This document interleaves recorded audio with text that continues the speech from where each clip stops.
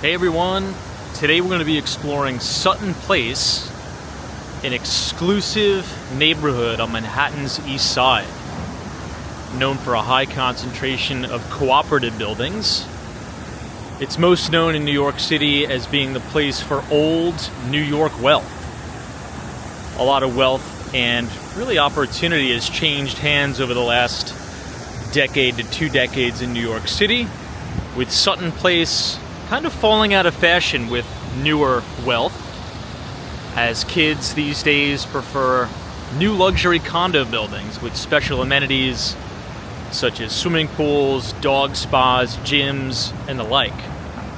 But on today's walking tour, I wanted to give you a first look experience of Sutton Place in New York City, to have you all appreciate the beautiful cooperatives, the beautiful pre-war buildings that have made New York City what it is, a great place to live.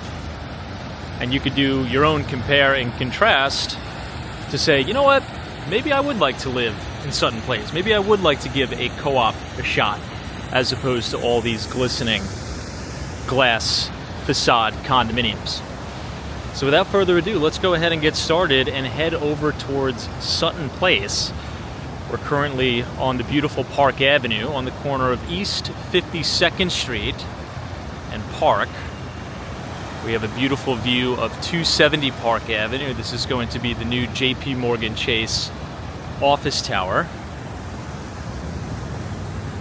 And to the north, we have a great view of 432 Park Avenue, which is one of the most exclusive condominiums in New York City that makes up one of the many buildings on New York City's Billionaires Row.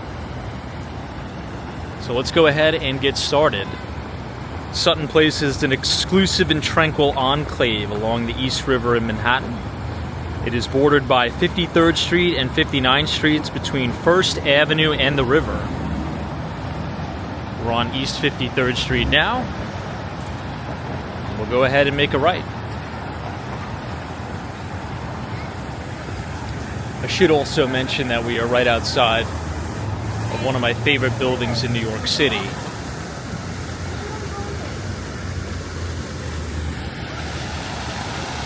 The one and only Seagram building. Such an amazing architectural marvel here in New York. It's one of my favorite buildings, mainly because its foundation is set very far away from the street. As you can see here, it almost kind of creates its own park in a way, with these 2 beautiful fountains and a grand entrance leading up to the front of 375 Park Avenue, or the Seagram building. It's around 4:37 p.m., so you're going to see a lot of people getting off of work. Park Avenue is really going to fill up with a lot of business people just getting off.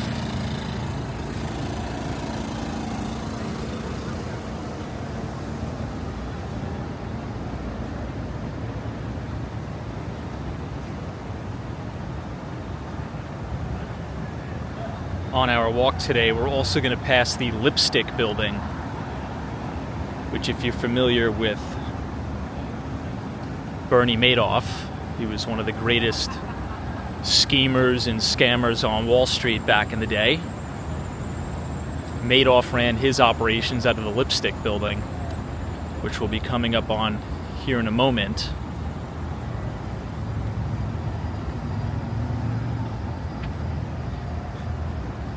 But every time I think about Sutton Place, it kind of makes me laugh a little bit, because the landscape in the New York City real estate market has changed so materially over the last few decades. And the history of New York is that, real New Yorkers never really wanted to live in Midtown Manhattan. They never really wanted to live where most New Yorkers, or the new wealth, really wants to live today. The desirability of the neighborhoods was a place like Sutton Place, all the way over to the east side, all the way over on the East River, kind of away from the business district, away from that public transportation, in those beautiful pre-war luxurious co-ops, and even some of the townhomes are just stunning.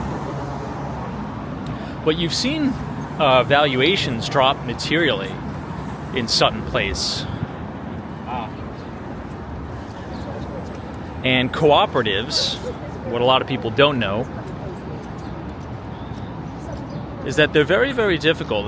Let's say if you want to purchase in a co-op building, well, oftentimes there's very extensive board packages, and a co-op board can deny you the right to purchase in that building for any reason. They really don't have to tell you why they denied you. And that was really used as a gatekeeping mechanism. Nobody will ever admit that, but I mean, let's read between the lines. Let's be real here. That was really used as a gatekeeping mechanism to keep foreigners out. Just going to be quite honest. And that's why you saw this big boom of developers building condo buildings. And that really was marketed towards foreign investors and foreign buyers, because if you were a very, very wealthy foreigner, you could purchase in a condo building and nobody could tell you that you couldn't, right?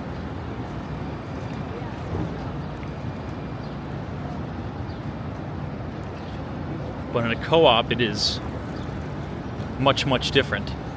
Much different picture, much different story. Just because you have the money doesn't necessarily mean that you could buy in a co-op. You have to be approved.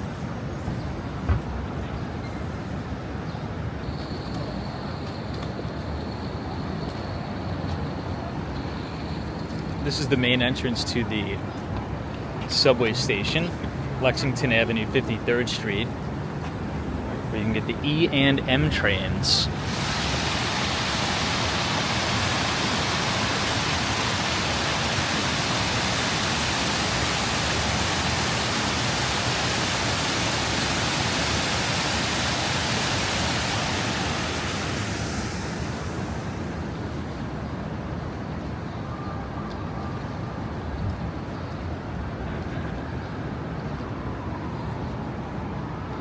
Also, the rules for purchasing in a co-op tend to be extremely more strict than that of a condo. So if you're going to purchase in a co-op, you really need to do your due diligence, because restrictions can be quite tight. For example, in terms of subletting the apartment, renting it out, some co-ops don't even allow you to rent out your apartment, or they don't allow short-term rentals. There's a lot of different rules and bylaws that go into it.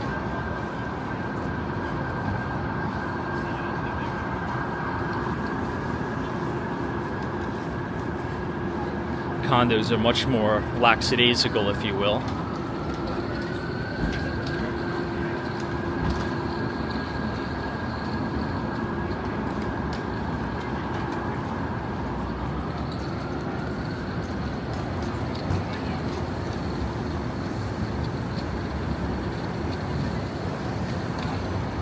This is now 53rd Street and 3rd Avenue. And we're going to see the Lipstick Building dead on here in just a moment.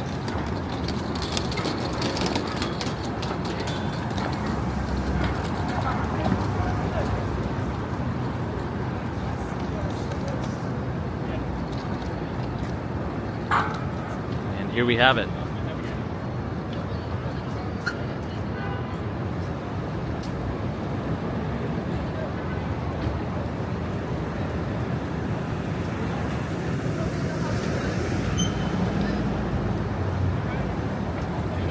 The Lipstick Building is a well-known office skyscraper located right here at 885 3rd Avenue, Midtown Manhattan. It is called the Lipstick Building because of its distinctive elliptical shape and red granite color that resembles a tube of lipstick. The height is about 453 feet tall, or about 138 meters. It has 34 stories in total, and it was completed in 1986.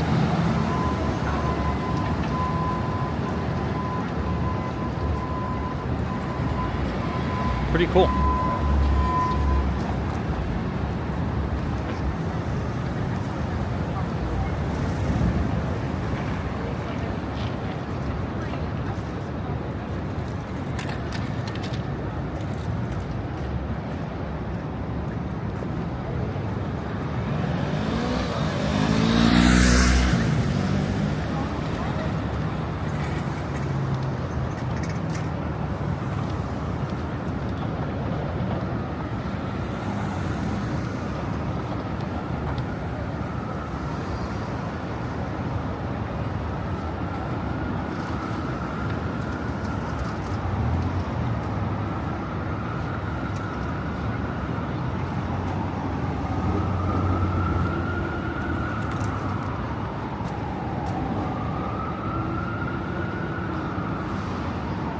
One of the things that I think is really going to revitalize Sutton Place is the brand new park that they built over the East River. It's really, really quite nice. You could think about how Hudson River on the west side has the Hudson River Park. The east side now, particularly Sutton Place, has a really, really beautiful elevated walking and running path that'll go all the way to the 59th Street Bridge. We'll check that out here in a moment.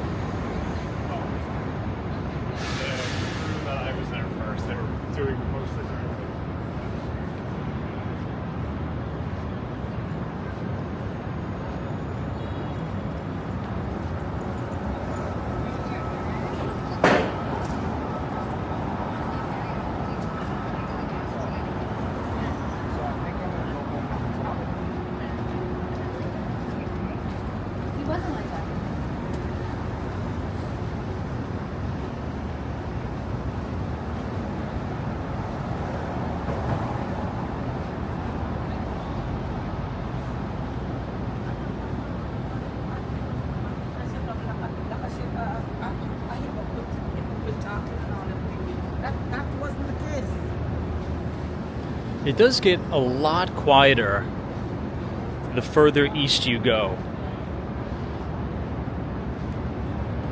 which is a bonus. The only thing is the east side is really historically starved of public transportation, even though we now do have the 2nd Avenue subway, but it is a little bit of a hike if you're talking about subway access, if you're looking to move to Sutton Place. However, most people that do move to Sutton Place, they're looking for that privacy, right? They're looking for that exclusivity. But you're still only maybe like a 15 to 20 minute walk from 57th Street Park Avenue, which is really the heart of the finance district, Billionaires Row, all the big banks, hedge funds on Park Avenue.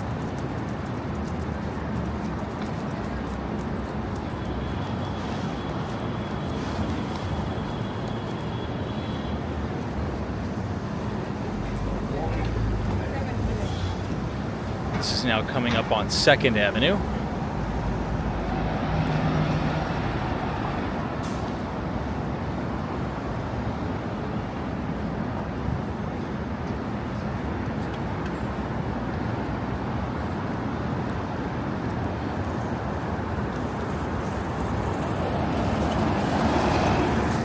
This new building in the distance is one of the newest additions to Sutton Place. This is Sutton Tower.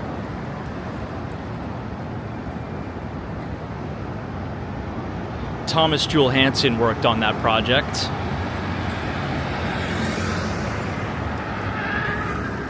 Sutton Tower, also known as Sutton 58, is a striking new residential skyscraper located at 430 East 58th Street in Sutton Place, New York. The height's approximately 850 feet tall, or 258 meters, and it has roughly 120 luxury condominiums ranging from 1 to 5 bedrooms. And again, the architect on that deal is the very famous Thomas.Malloy Hansen, who also, by the way, did work on 157 West 57th Street.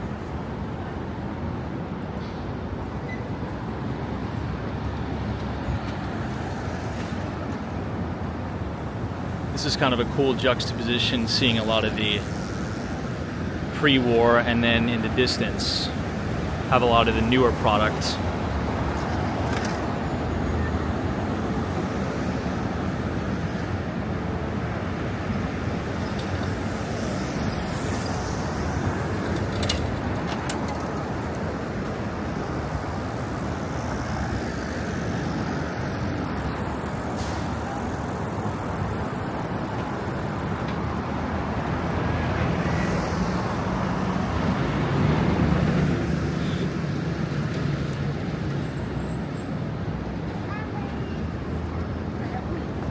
we continue to walk towards the East River, you're gonna kind of get a sense of the more residential feel of the neighborhood.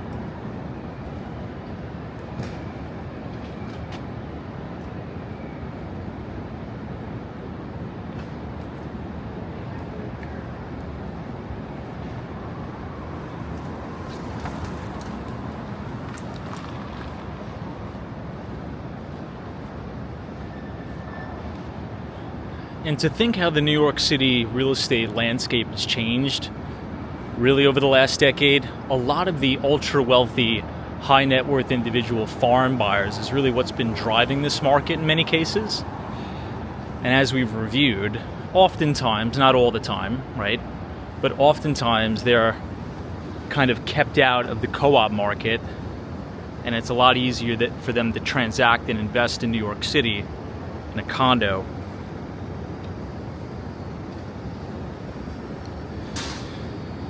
In New York City, a co-op is short for cooperative. It's a uniform form of ownership. Instead of owning a physical apartment outright, when you buy a co-op, you purchase individual shares in a corporation. And that corporation will then in turn own that entire building. So depending on your apartment size, let's say if the building has studios all the way up to 5 bedrooms. Depending on your floor plan, the square footage, you'll have that amount of ownership and subsequent voting rights.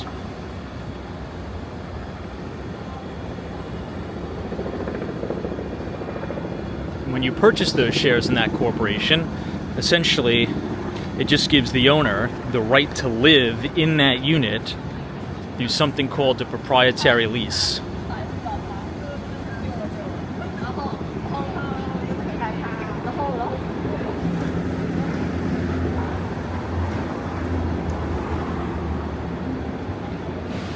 And then, of course, your co-op is governed by that board of directors, which can be, let's just say, a little bit difficult. If anybody's ever tried to purchase in a co-op building, particularly the very coveted ones, they have an extensive interview process, to say the least.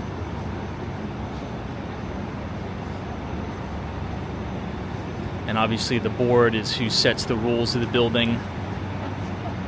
They could tell you anything, really. If you could have pets in the building, if they allow visitors during certain hours, if they can allow you to even lease or rent out your apartment, and for how long. Do they ban short-term rentals? Do they allow rentals at all? Do they allow pied-à-terring?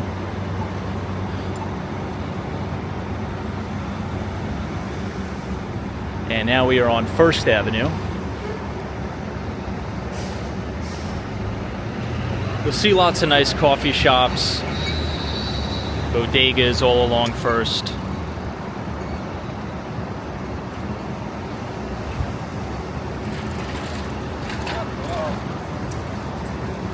Kind of an interesting fact that nobody really talks about.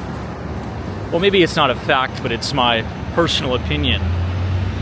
If you think about the 2008 financial crisis, real estate in Manhattan, I'm not going to say it wasn't affected at all, but it was really insulated from a lot of the real estate calamity and collapse, let's just say that, in comparison to some of the other states and areas of the country like Miami, Florida got killed.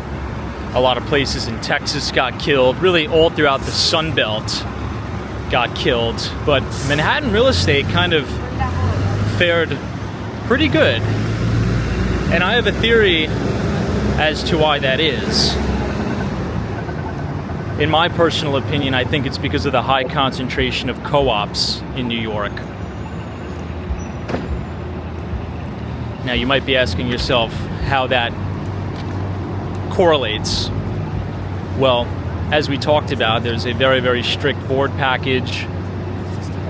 They do essentially an in-depth financial colonoscopy on everybody who's buying in a co-op. So you have to provide extensive financial reporting, broker statements, bank statements, your job, reference letters, referral letters, letters from your boss, an entire audit of your entire net worth, essentially. How well capitalized are you? So if you're a well capitalized buyer and you're approved to purchase in a co-op, well, that kind of insulates you from what happened in 2008, when a lot of the problems, if not the main problem that happened in 2008, was unqualified buyers buying homes. That's really the long and the short of it. If you want to narrow 2008 financial crisis down into a few words, what caused the crisis is unqualified buyers being able to purchase homes, put maybe 5 to 10% down on adjustable rate loans, and when interest rates went up, those payments ballooned and a lot of people defaulted all at once. In some co-ops in New York City, you have to put down as much as 50 to 60%. Or if not, just buy the co-op outright. So it's kind of hard to default on something if you don't have any debt. So that's kind of my synopsis on why I think Manhattan was a little bit insulated from the financial crisis in terms of the residential side.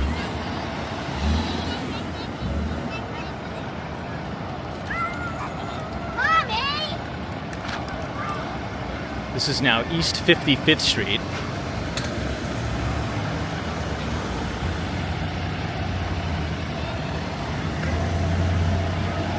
We're going to go to East 56th Street, and then we will make a right.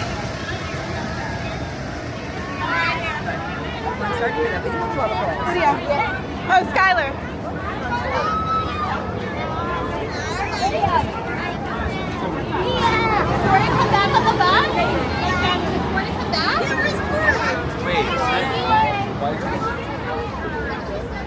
Looks like a lot of kids getting off at day camp or something.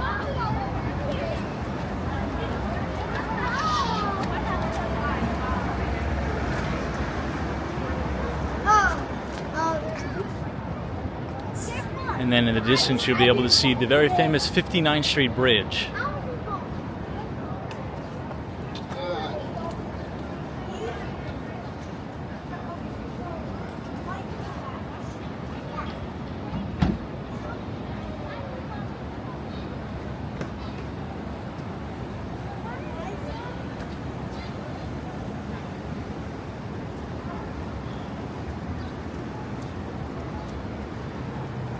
Right here is a really unique view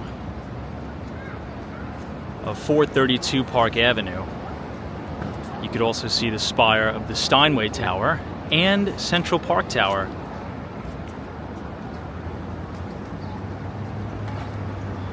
Pretty unique.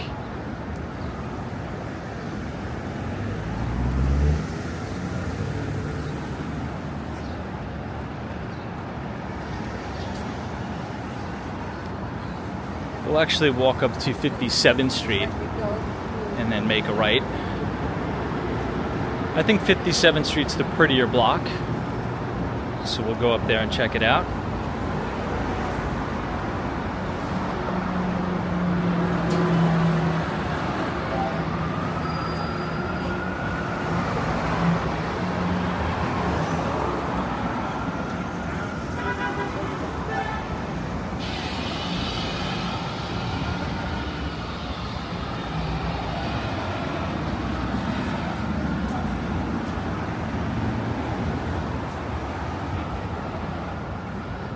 Another kind of piece of interesting New York City real estate data as it relates to Sutton Place, I was looking up the other day. If you kind of whittle down by apartment size, oh, here's the very famous Sutton wine shop sign. You know, one bedroom prices declined 8.2% year over year in Sutton Place, while two bedrooms rose 11%. Now, why do you think that is? Well, I have a theory. Kind of as we were talking about and speculating, a lot of the younger crowd, young kids, they don't want to live over here, right? Because, you know, I'm using their words, not mine, so I don't get in trouble. It's older, it's an older crowd, older wealth, it's not as fun, right? So if you think about one bedrooms, who buys one bedroom apartments? The younger crowd, right? Maybe you just graduated college, mom or dad's gonna, you know, stroke you a check for a few mil and buy an apartment. The kid's probably not gonna want to live in Sutton Place, right? I mean, let's just be honest. They want to be in Tribeca, they want to be, you know, in the East Village. They want to be somewhere where it's fun and it has a lot of energy. So I think if you want just maybe an affordable, larger square footage apartment, that's a one bedroom, I think you can get a pretty good deal or a discount in Sutton Place. But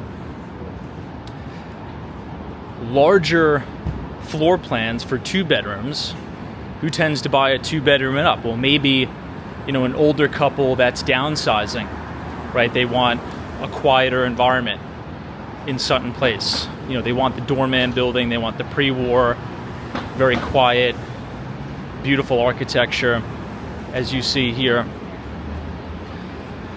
So the product that would cater to the younger individual is trading at a little bit of a discount because there's a lack of buyers here in Sutton Place for, you know, single guy or girl purchasing an apartment. But those two bedrooms, older folks, older crowd, more mature, they want to be away from all the action, but while still living in Manhattan, you see that demand. I would say the biggest neighborhoods for younger buyers in Manhattan specifically, the trendiest neighborhoods, are still Tribeca, the West Village. Oh, look at how beautiful this building is. And I would even say the East Village. I mean, you speak to any 20-something-year-old kid out of college, maybe they're early in their career, you ask them where they go out in New York City, well, they probably tell you some combination of the West Village, the East Village, or Tribeca, with a little K-Town sprinkled in there. Look at how beautiful some of these buildings are here. And we haven't even scratched the surface. I mean, these moldings, the crown moldings here, are really, really beautiful. Some of the original townhomes that we're going to see here in a minute are really, really quite stunning.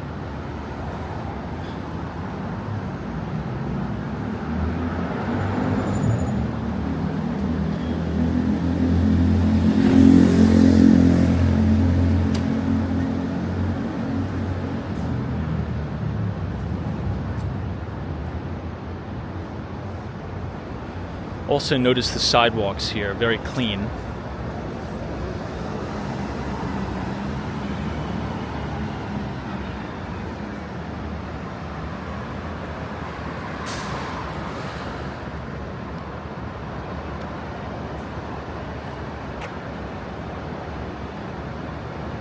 This is very much a Sutton Place picture right here.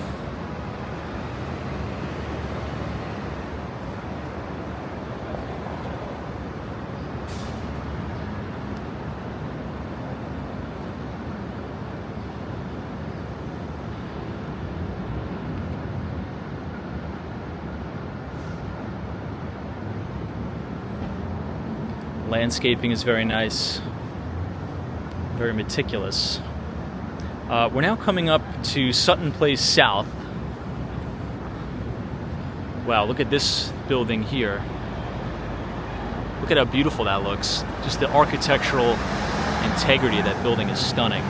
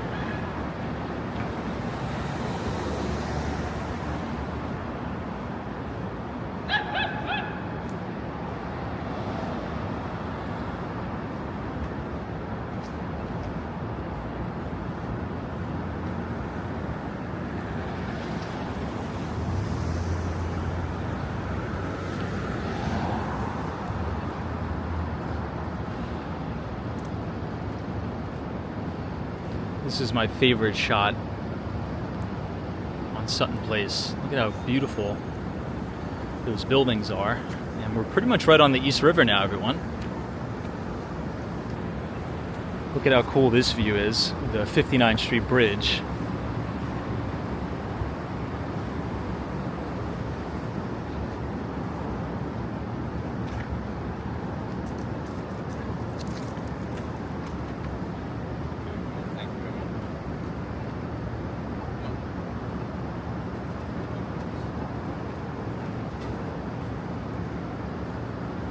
I love that red brick facade, the white outer trim, and then those black shutters.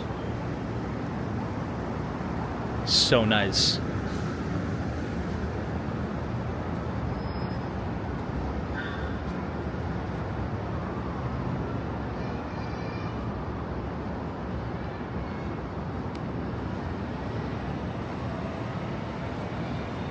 It's very quiet over here, very peaceful. Check out that architecture, everyone. Wow.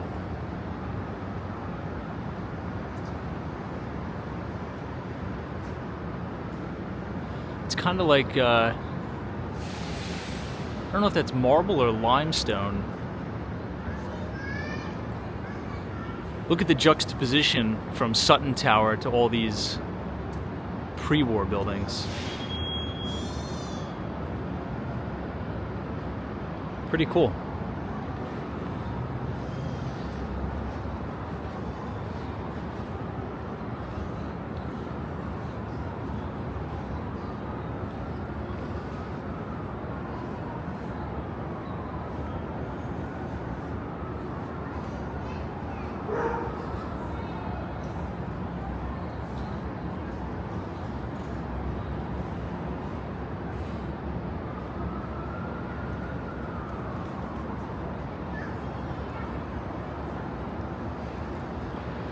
Look at that shot of the very top of the 59th Street Bridge.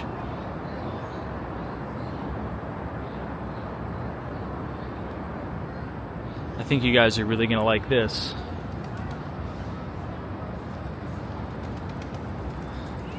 This is one of the things I love most about Sutton Place, is the Sutton Place Park.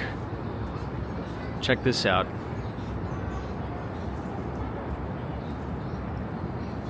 Just a really beautiful park overlooking the East River.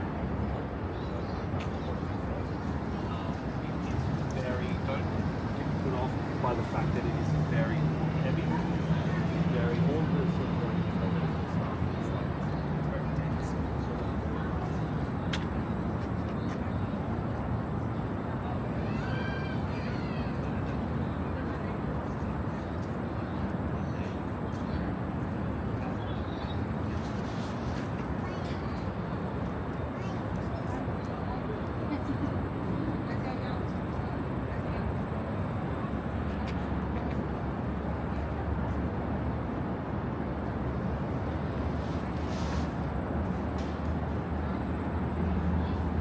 This is a huge perk of living in Sutton Place.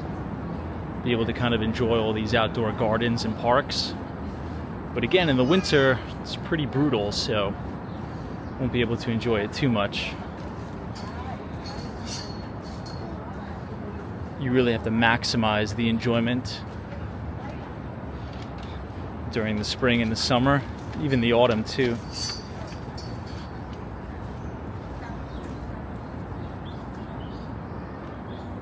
You have really great views of Long Island City, Queens.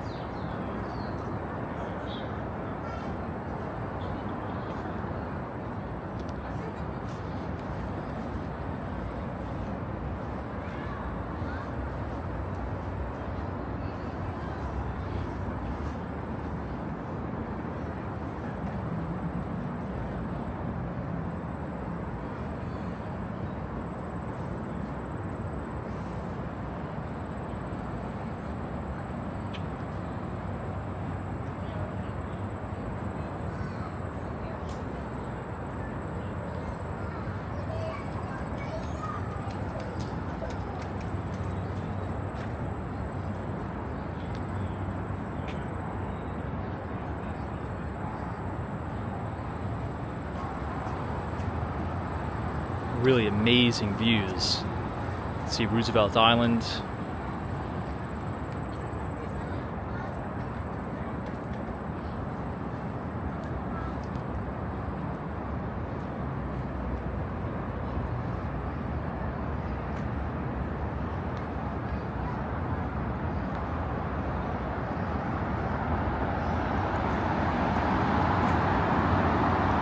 And here is that brand new East River Park that's suspended over the river. This is such an amazing bonus to living at Sutton Place.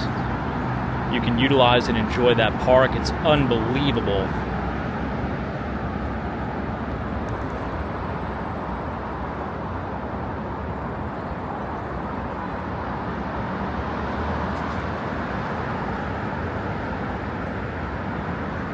You even have great views looking all the way down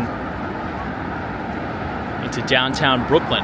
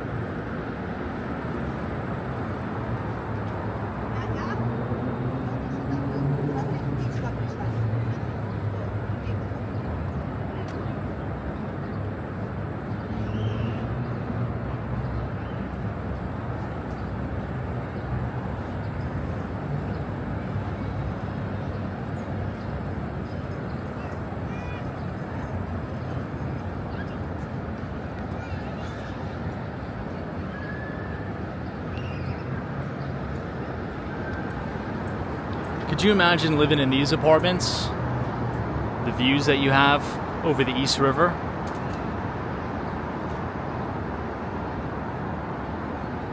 Really amazing. And like I said, a lot of these apartments now you can get at a quote-unquote discount, as Sutton Place has kind of fallen out of fashion a little bit.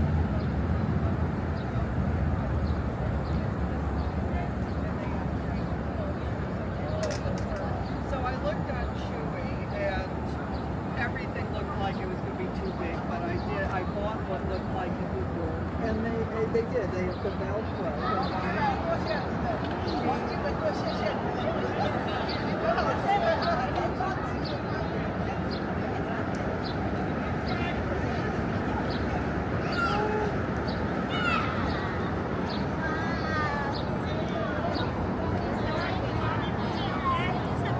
Such a nice space.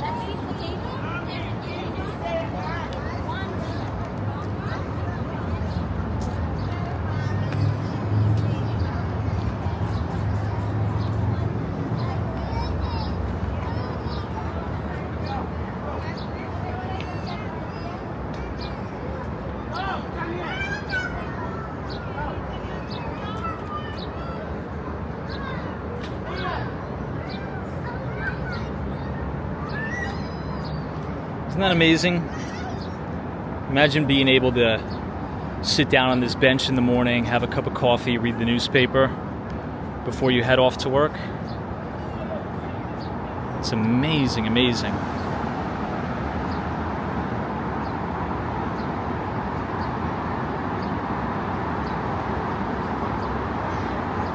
And then this is the skyline.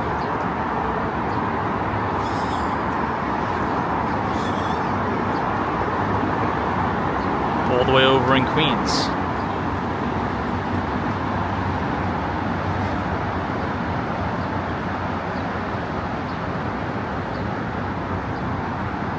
Very, very cool.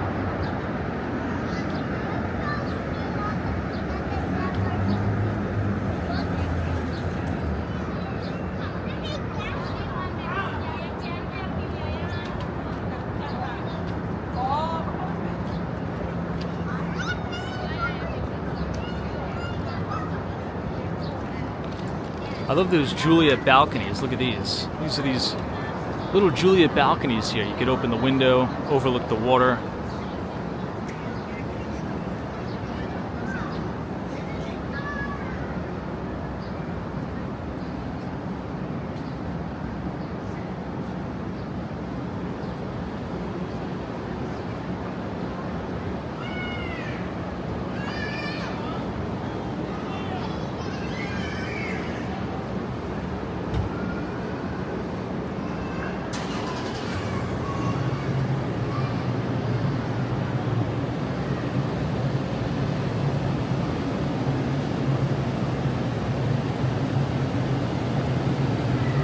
Now, 1 Sutton Place South.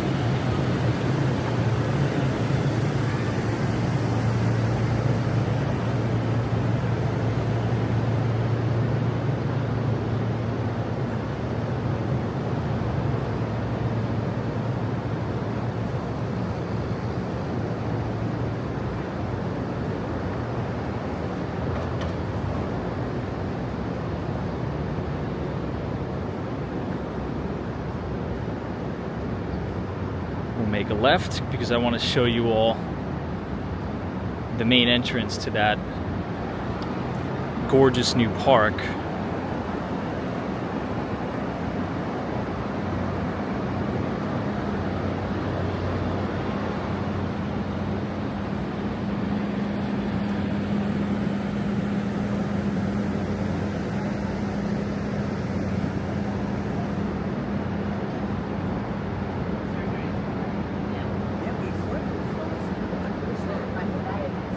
Check out 36 Sutton Place South.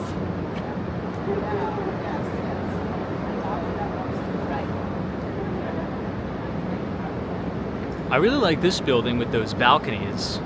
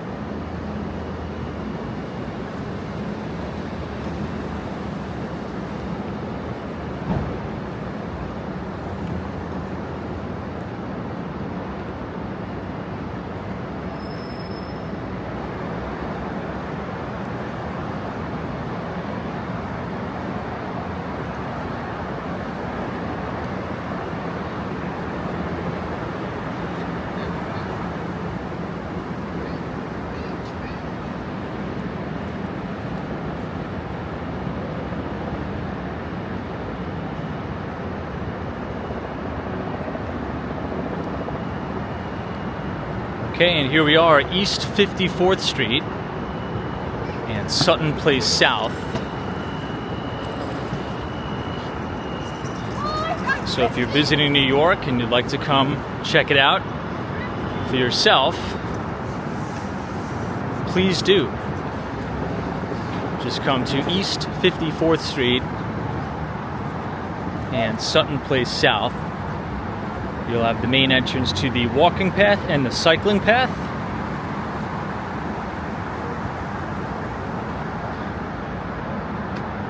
And you have the operating hours from 6 a.m. until 10 a.m. All this brand new infrastructure. Lots of outdoor greenery.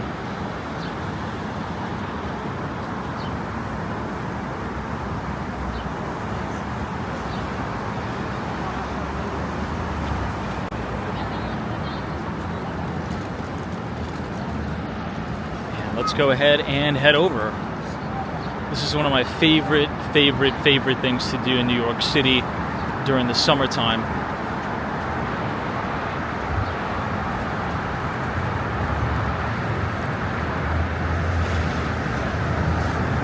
And the connector bridge will take you right over the highway. It's so convenient.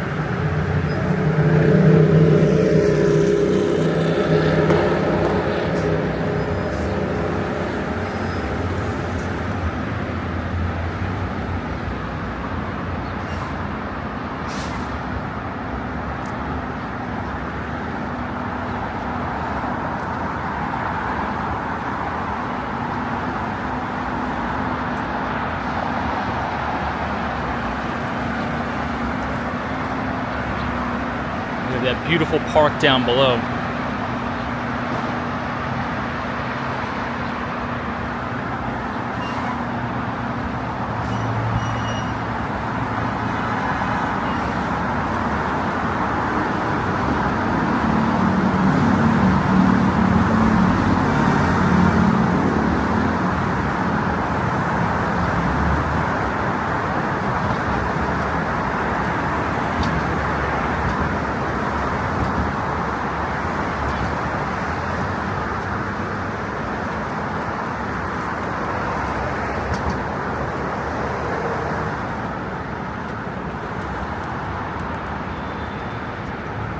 Check that out, amazing views.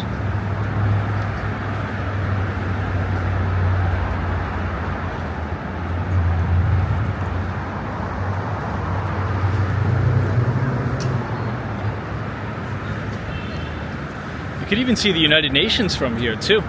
It's a pretty cool shot.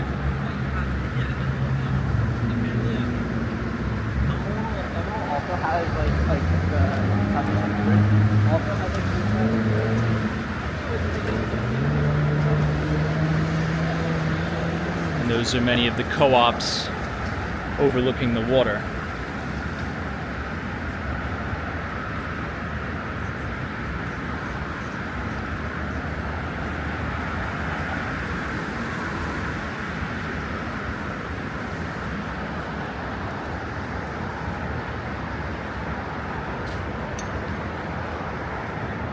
Isn't this an amazing place to come and watch the sunset or the sunrise?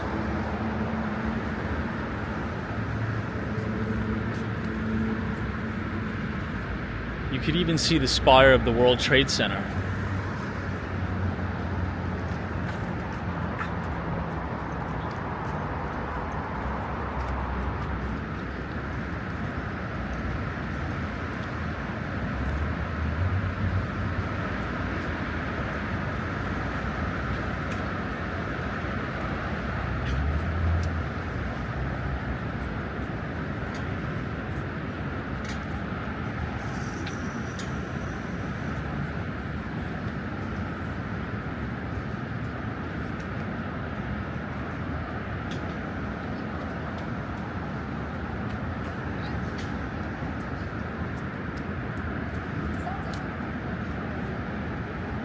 Not a lot of people even know this exists here, but the more traction it gains, I think it has a real opportunity to revitalize Sutton Place. So let's be honest, this is a huge, huge perk to have, mere steps away from your potential condo or co-op.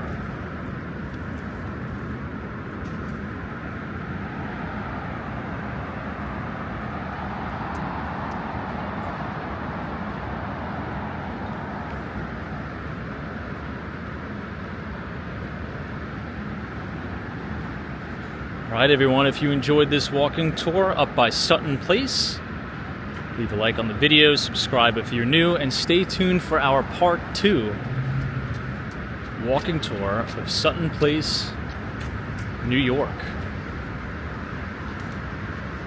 Thanks so much for watching.